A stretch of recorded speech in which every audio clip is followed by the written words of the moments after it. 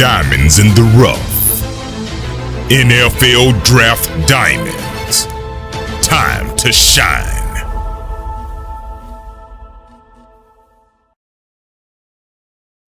Hello, football fanatics. Christopher DeSerbo here with NFL Draft Diamonds. Today we are talking to a possible diamond in the rough in Antonio Zita at FCS Tennessee State University. Productive kickers are a must-have for success at the collegiate and pro level, and Antonio displays his accuracy game in and game out, but his true claim to having a highlight leg is hitting a 62-yard field goal, which fell just a yard short of the FCS record. Antonio Zita, how did you realize that you wanted to play football and be a kicker? Well, I grew up playing soccer my whole life, and around seventh grade year, I was going into my second year of football, and I was just playing like wide receiver and running back. And both of our kickers went down in the first half of that game. And at halftime, my coach said, "Hey, you're gonna have to do the opening kickoff for second half." And my eyes got big, and I was like, "I've never kicked a football." And they kind of like just hyped me up. You know, you've kicked a soccer ball your whole life. You got this. And I actually did really good.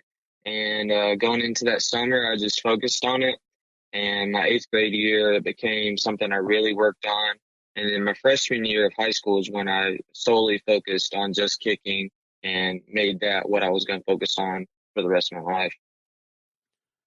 How did your time playing soccer as a kid help you kick a football playing, football? They're both called football, but they're both completely different sports. How did, doing one sport help the other?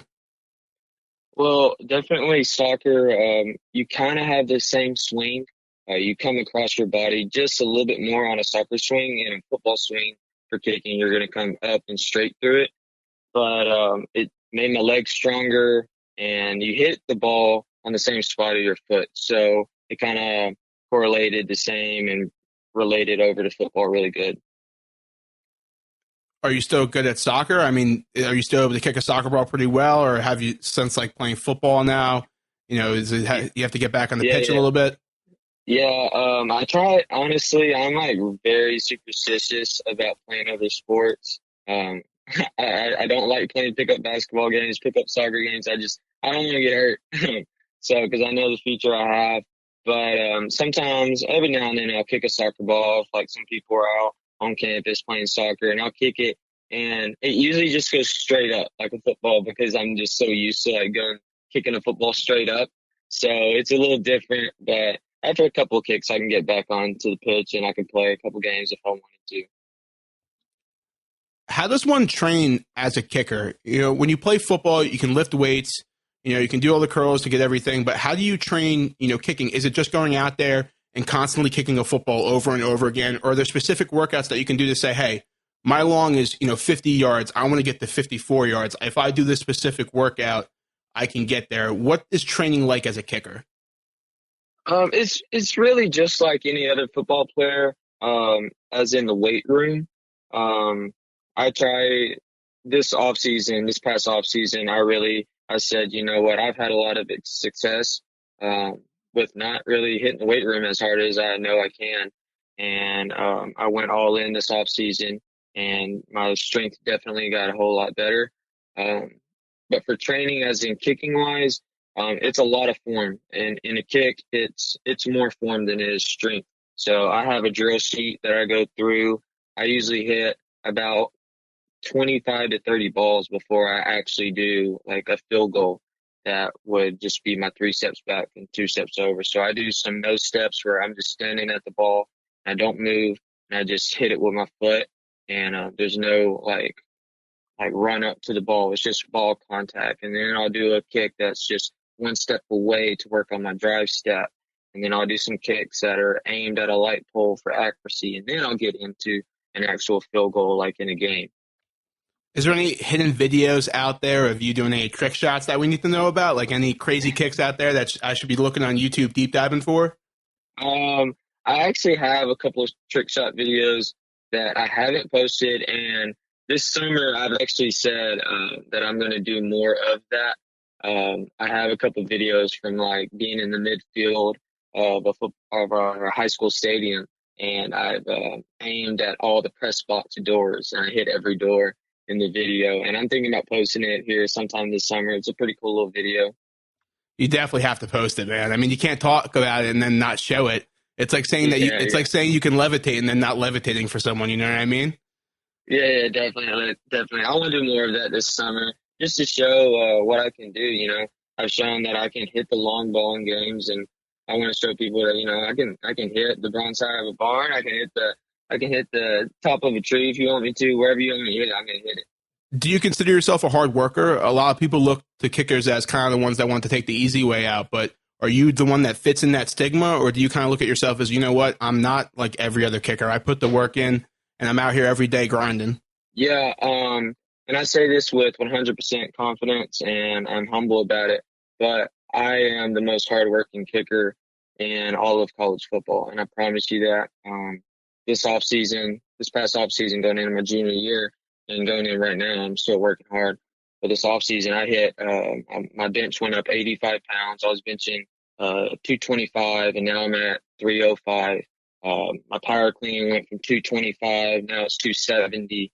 And these are all numbers within like 5 to 6 months. And a lot of that credit goes to my trainer here in Lincoln County at the high school, Lincoln County High School. He really got me into CrossFit this off season, and we just been working hard, and it all paid off this season. My career long sophomore year was a 50-yarder at Titan Stadium, and then in March in our spring season, I hit a 62, and it had another 5 yards on it. So I know I've been working hard, and 100% believe that I'm one of the best hardworking kickers out there. Well, you beat me to it. I was going to talk about the 62-yard field goal because, of course, the first thing you look at when you see your name, that's what pops up. It was a yard short of the FCS record, being 63 yards before. I mean, all season though, you've shown that you have the leg. With 8 field goals going beyond 40 yards, and 5 of those being from 50 yards. But can you walk me through the mindset of having to go out there and kick a 62-yard field goal? Yeah. Well, at the time, there was only like 4 minutes left to go in the game. I think it was like 3 minutes, 50 seconds, something like that. And I knew it was a kick that if we make it, we're still in the ball game. And I knew it was a long kick, but I didn't know it was actually 62 yards. So my coach just gave me a thumbs up, and I gave him a thumbs up. So we go out there for it. And as I'm taking my steps back, I noticed I was at midfield. And I was like, I don't think this is a 60, but I know it's at least 58 something because my steps were taken back. If you're on the 50, it's 57. So I didn't know exactly how far it was, but Eastern Illinois actually ended up taking a little delayed penalty, and so it gave me some more time to like really just look at the kick and analyze it and everything. And so I go up for the kick the second try, and I noticed that it was 62. And I was like, you know what, this is just a do or die moment. You got to make this kick, and we got to stay in the ball game.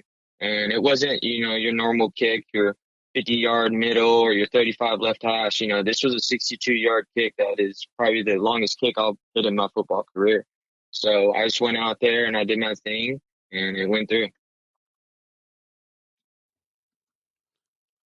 Obviously, though, you have to understand that there wasn't that much of an expectation for it to be hit. If you missed it, you missed it. 62 yards. I mean, people in the NFL aren't kicking that.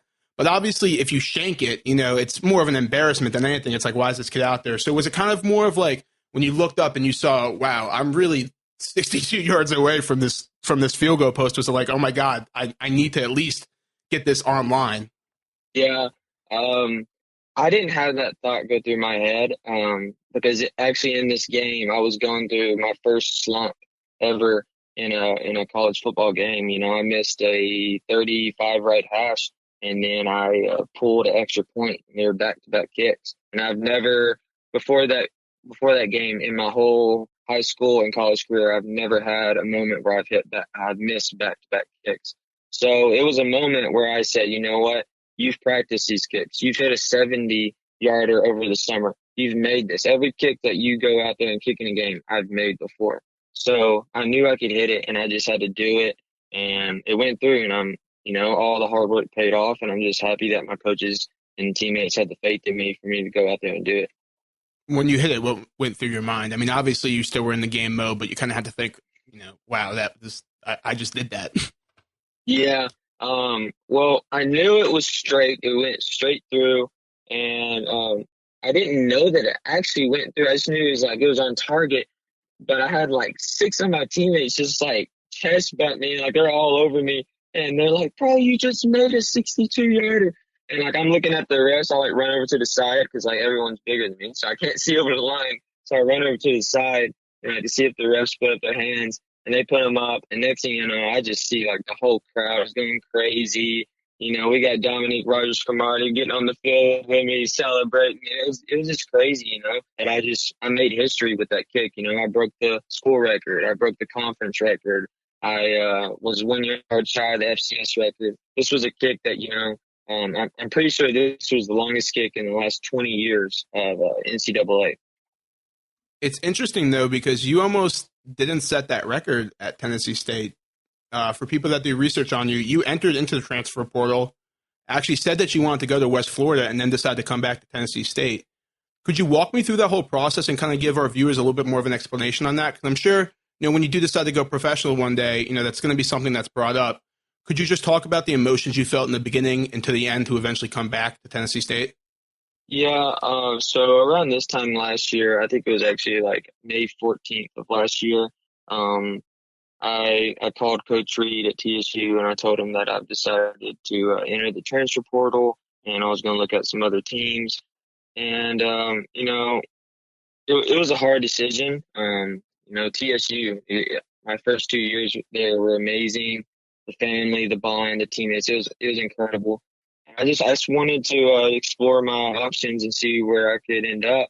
And at the time, West Florida was offering me, and it was a great setup. It was a great place to go. The coaches there are amazing. I still talk to them at least once a month or something. And I ended up going there from July to end of September. I was there for the whole semester, but I was just on campus from July to September. But around September, um, I'm a big man of my faith, and I just felt like the Lord was just showing me this picture of me back in Nashville and back at TSU, and I didn't understand it. I ended up going home and I went to a worship night back in Nashville, and that's when I felt like the Lord put on my heart that just to come back home, and this is where home was. So I entered the transfer portal, told West Florida how crazy of this idea is, and I hit up, after I got in the portal, I hit up Coach Reed, and the first things he said was that I'd love to have you back home. So it was just so comforting to know that he'd welcome me back with open arms. And, we had a historic season and when I came back. Who have been some of the biggest motivators on your journey from transferring to coming back to kicking a 62-yard field goal? I mean, who have been the main people that have been in your corner throughout this whole process? I would My kicking coach for one-on-one kicking is Mike McCabe, and then also Ty Long. He's the punter for the LA Chargers. They really helped me throughout this process with going there and then coming back, and with the 62-yard, with helping me achieve that. And then also my trainer here at Lincoln County High School, Evan Pittenger. He was a former quarterback at Maryville College, and then he also played in Switzerland in the European League. And those three guys have all just like helped me get to where I am with transferring, with hard work, and with off the field stuff as well. It was interesting, even in an article about the 62-yard field goal, you ran over and gave the game ball to your father. Could you explain the reasoning behind that and why it was important for you that he got the game ball that you were supposed to receive? Yeah, so a lot of these articles say it was right after the kick, and that's not actually what happened. Because I'm still in the game. There's 3 minutes left to go in the game, and if you watch the game, you know what happens with 3 seconds left on the clock. So I knew the game wasn't over.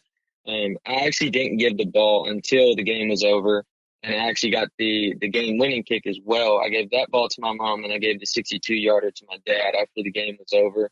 But the reason behind that was, you know, every kicking session, like I was in Hawaii a couple days ago, about a week ago, and I hit a 65, and I sent that to my dad, and it was just a cool little video. You're out an island in the middle of the ocean and you hit a 65-yarder and you got the mountains in the back and everything. These kicks that I've sent to my parents or I sent to my trainers and everything, they happen. And you don't think that it will actually happen in a game. These are just kicks to test your distance. But to see that 62-yarder go through, I told my dad and my mom after I hugged them and gave them the ball, I was like, it's happening. All the hard work I've put in, all the time and everything y'all have done for me, this is all paying off right now. So I just wanted to bless them with what, the game ball and say thank you to them and to know that there's bigger things to come. I know if I was in Hawaii, I would not be focusing on kicking a ball into an upright. But why is that different for you, and why do you want to show people that you're still willing to put in that work? I know we talked about it earlier, but I mean, you're in Hawaii. Most people would be in my position. They want to be up on the beach with a pina colada or something, not having to have a worry in the world. Why was it important for you to put in that work and put out some training so that way you can work on your craft? Well, I like to go by this saying that I went over last year. I heard it last summer when I was training. Do today what others aren't, where you can do tomorrow what others can't. And a lot of people, if they're in Hawaii, they're going to be going exploring the island. They're going to go to the beach every day and everything. And I was doing that, but first thing I'm doing is I'm going to get up and I'm going to have a cup of coffee and I'm going to go out there and I'm going to work. While people are in their second dream, I'm out there getting my second workout in. How do you think that mentality is going to help you eventually play pro football? Because I assume after Tennessee State, the NFL is the ideal spot. How do you think that mentality is going to do you well?